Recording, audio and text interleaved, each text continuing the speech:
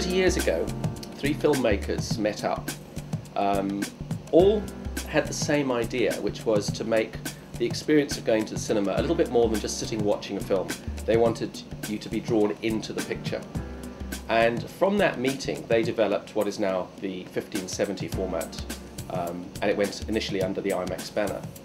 And by creating a very large frame, much bigger than 35mm, about 10 times the size of a 35mm picture frame, they were able to create the quality of image on a huge screen, taking in your peripheral vision, that made you feel as though you weren't just watching a picture, but you were really right there at the top of a mountain or at the bottom of the sea. The projector is about the size of a small car. The light output from most of the Imax projectors is huge to fill a big screen like that. So we use a 15,000 watt lamp, which is water and air cooled.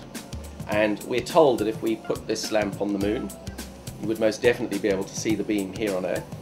And if you stick a piece of wood in front of it, it will spontaneously combust because of the heat from it. When you come to the actual programming of the cinema, we've got 5 or 6 films in repertory here. We have to move these films onto a reel unit, which is called a quick turn reel unit. There's not much that's quick about this because we have to use a genie lift to lift each reel.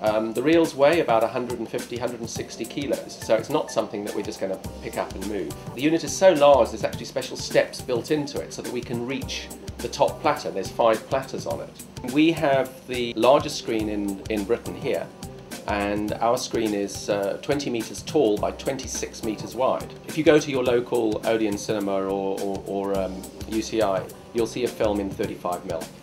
And most people have got or used a 35mm camera, so they know what 35mm looks like. That is the industry norm.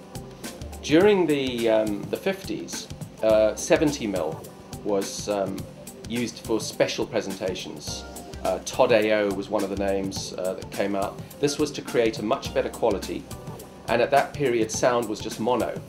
But on 70mm, they had put magnetic stripes down the sides of the picture, and you had 6 channels of magnetic sound, so it was the phenomenal sound and great clarity of the image.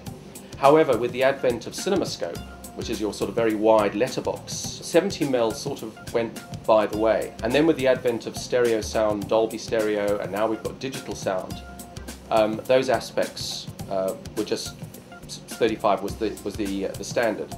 But to blow a 35mm frame up, to fill a screen the size that we have here, 20 metres by 26 metres, it's just too grainy and it's not believable.